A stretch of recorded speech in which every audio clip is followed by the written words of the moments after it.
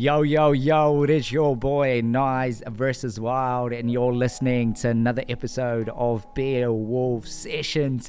Thank you for tuning in yet another Monday, yet another week, and you're showing up, and I'm so proud of you. Can you believe it? We're on session number 78. We're almost about to get to the 100, and I can't wait. I'm getting super excited, and I hope you're excited too, to be honest. And I can't believe we've showed up every single Monday for the last 78 weeks. Can you believe it? Because I can't. Today's session, to be honest, is going to be quite cool. I've been thinking about a lot of things. Been writing a bunch of stuff, and I've been actually in New Zealand. I've been catching up with a bunch of my mates, and we've been talking about a lot of things which have also sparked a lot of ideas in my head, and I'm so hyped up to share it with you this week. If this is your first time listening, my name is Nayzel Sushil. I am a full-time creative entrepreneur from South Auckland. I was born in a rural Fijian village called Lambasa, Bonileka, and my mission in life is to write a story that beats longer than my heart. Now, big love to Feature Weddings. If you're not watching the session on YouTube, you have to. The visual is absolutely crispy. We've got Feature Weddings here, and shout out to Feature Weddings for sponsoring every single Beowulf session. Without Feature Weddings, none of these sessions will come to life, and also no sellouts, no compromises, right? That's how we roll. Now, so yeah, shout out to Feature Weddings for keeping us alive. Now, I wanted to talk about time, money, the balancing act. And I've been in a lot of conversations and with a bunch of my close mates, and we always talk about time, money, and the balancing act, and compromising, opportunity costs, all of these words kind of recycle in topics in all of our conversations.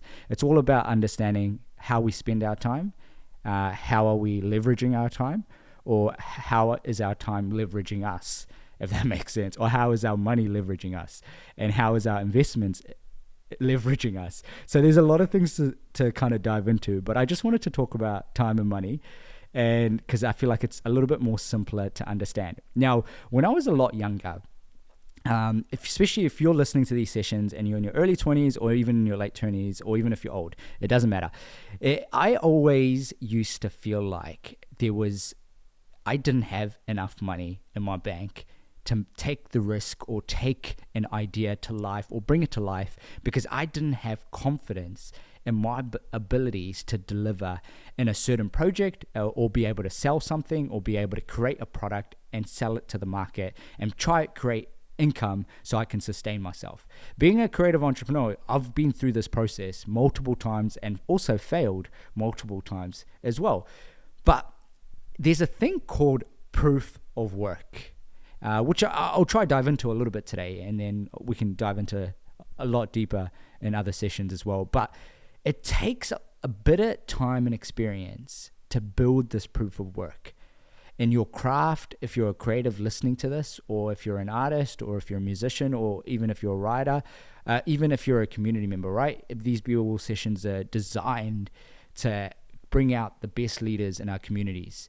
And once you understand that your experience is so valuable, but sometimes when you're young, you don't value it. You don't value the mistakes. You don't value the lessons. You don't value the things that you've done wrong. And that's why I always encourage every young person that I speak to is try to make as many mistakes as you possibly can. Now, don't do it intentionally, but the only way you're going to make mistakes is if you have the courage to try. Have the courage to put yourself in uncomfortable situations, put yourself in uncomfortable environments, put yourself in difficult situations which you are trying to learn from, and as well as educate yourself on. And that's the only way to create the understanding of what I believe time and money. Now, as you grow older, and I remember like in my early 20s, there's no way I would have had this type of confidence that I have now in my things that I deliver, things that I do, my businesses, and the things that I try to create in this world, or even things that I try to create so that maybe one day someone might be able to find value from it. That kind of thinking process that I've been able to develop now wouldn't even be possible if I didn't try all the things that I failed at when I was a lot younger. And I think things like, starting a clothing label or starting a business venture when I was like 17 years old, didn't even know anything about taxes, didn't understand anything about how to bring contractors on, or how to pay people, or how to create a business and also create income, or how to create products and generate income, all of that stuff, right?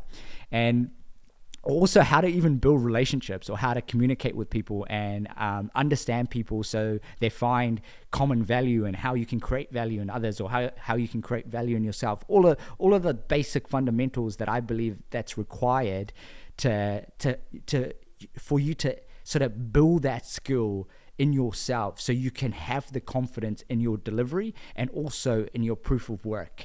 And it goes to show that sometimes in school, like we don't learn the fundamentals of how to pitch yourself, how to pitch an idea, how to bring an idea to life by expressing and articulating your examples and your stories, so that somebody else can feel a sense of confidence in your delivery, not even in your delivery, but also in the actions that you bring out in this world and in your life, and the values that you carry. We don't sometimes learn these type of things in school, and it sucks. And we go out into the real world and we struggle because we don't even know ourselves well enough. And I want to dive into this a little bit deeper.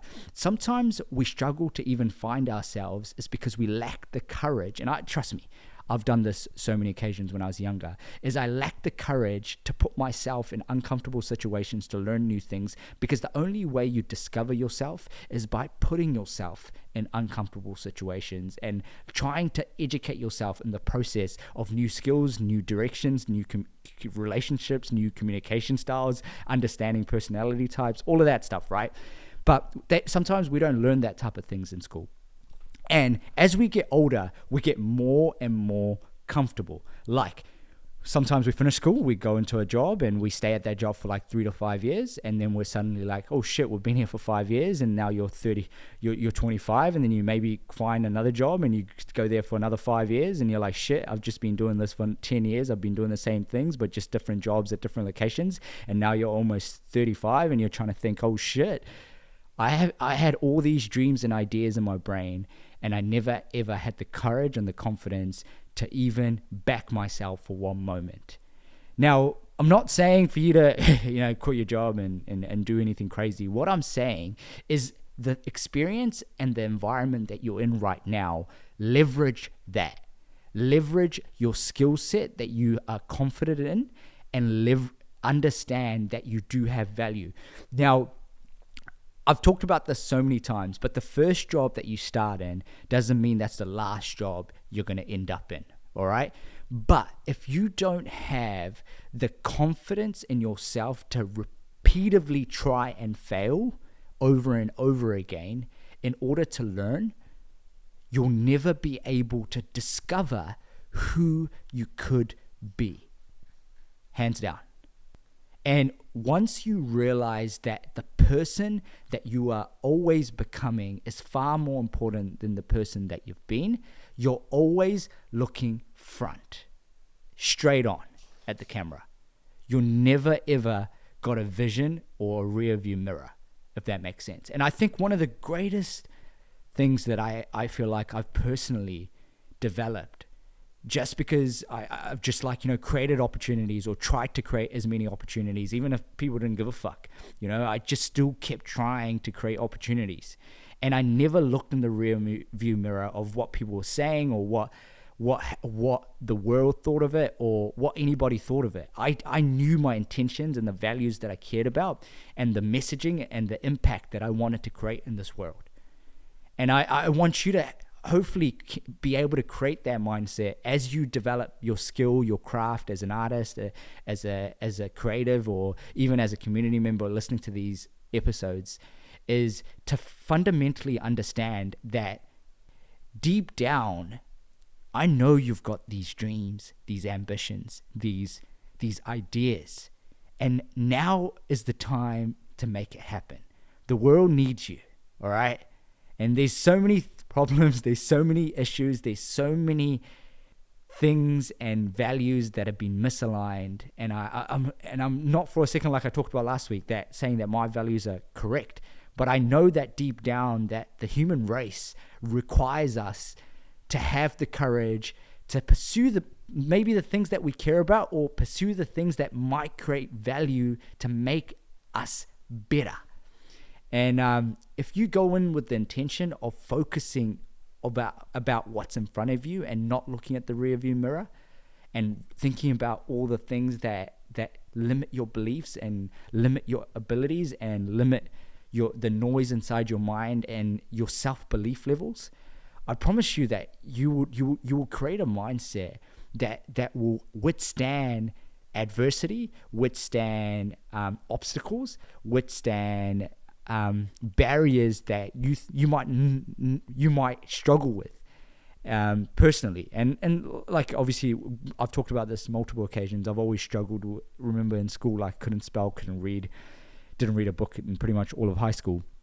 And it was like such a big problem for me, and I couldn't really speak in front of a camera or even have confidence to talk about these things.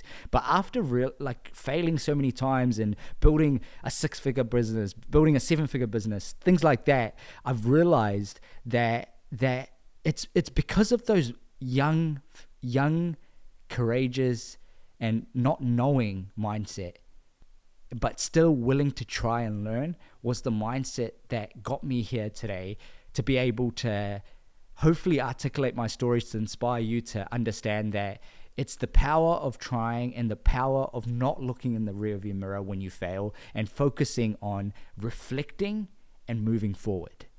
And I think there's a lot of value in that. And hopefully that sparked a little bit of light.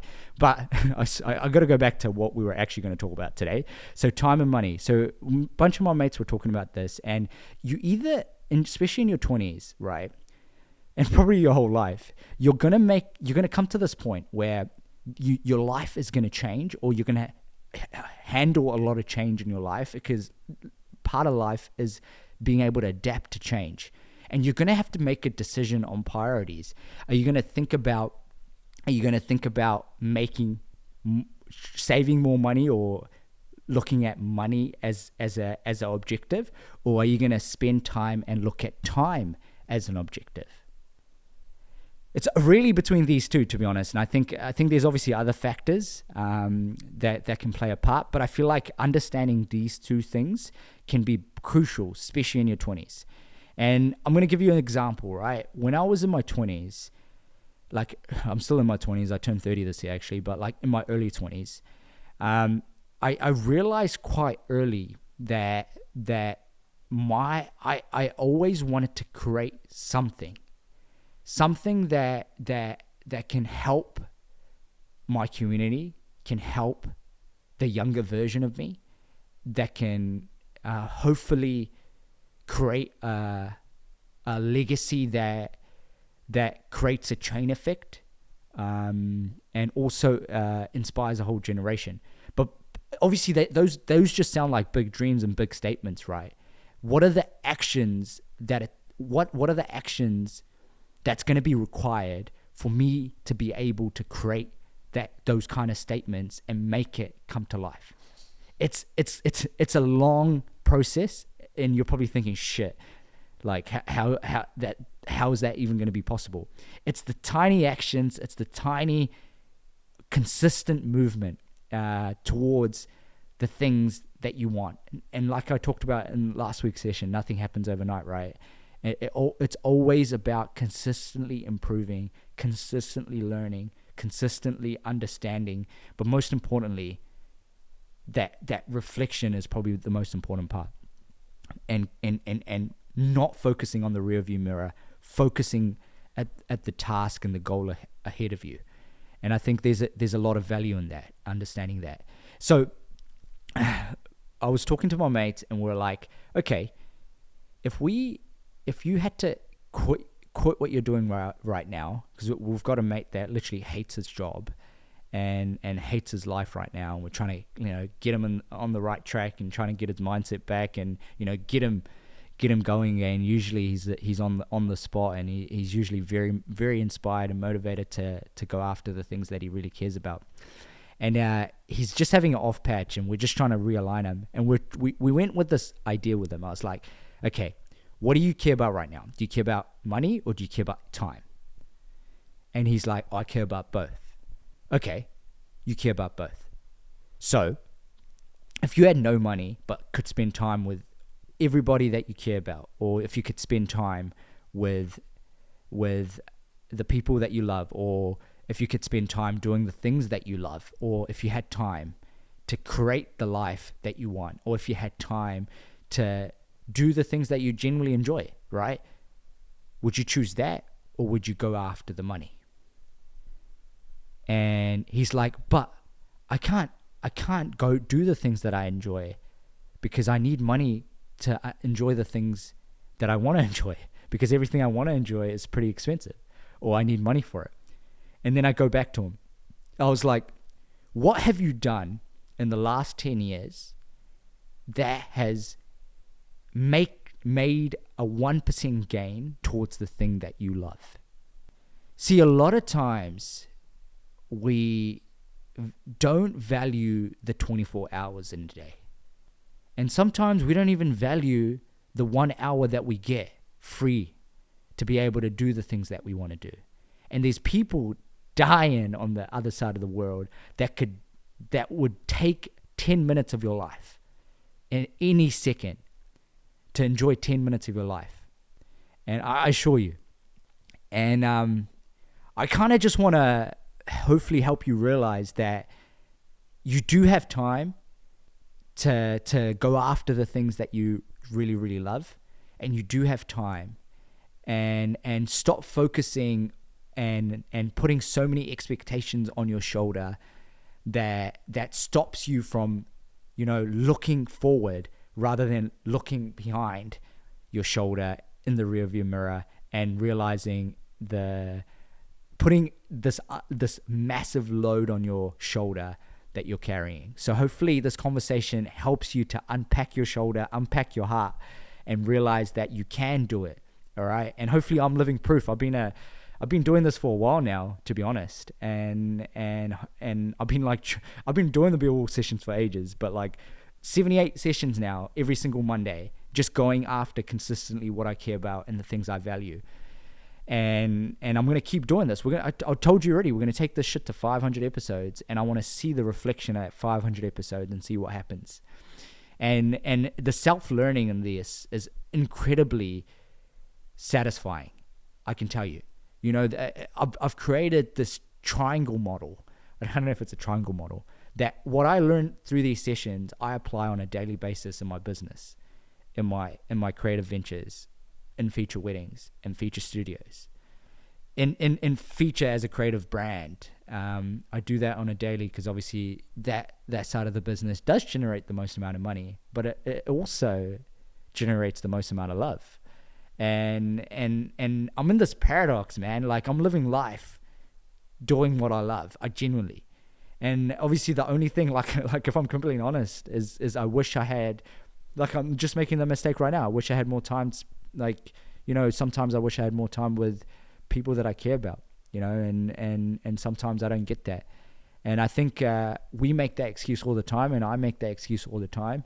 But I encourage you to go after the life that's going to bring you a lot of love, a lot of time, and a lot of freedom. And Nayzel, and hold up, you're probably thinking, how am I going to get freedom, man? I'm stuck doing the same thing. I'm on a vicious cycle. I'm just repeating a vicious cycle over and over again. How do I overcome this? It starts with understanding the value of time. Time is a sense. If there was no time, there would be no movement. Time creates a sense of movement. And when we understand that, hey, we ain't even going to be around forever. No one's going to give a shit about me in 100 years, or less than that, to be honest. So if whatever barrier that's stopping you from achieving the things that you want to achieve, this is your sign. It needs to start now, because you need it. The world needs it. And I probably need it too. So yeah, that's me. All right. Understand time and money on a daily basis. Have conversations in your circles about how people are, like, to be honest, have conversations in your circles. And if your circle isn't understanding and talking about time, money, family, all the core values that we talk about in Be a Wolf, or have ambitions and dreams, then you're definitely not. You might not be in the right circle, in the right environment. So I encourage you to have these conversations, or even just be the guiding light, be the lighthouse in your community, in your environments. If you can be the lighthouse, it's all gonna work. All right, keep at it, keep loving, keep dreaming, keep staying consistent, and I will catch you next Monday. That's Beowulf Sessions number 78. Shout out to Future Weddings for sponsoring every single episode. I'll see you next Monday. Keep being a wolf. Let's go.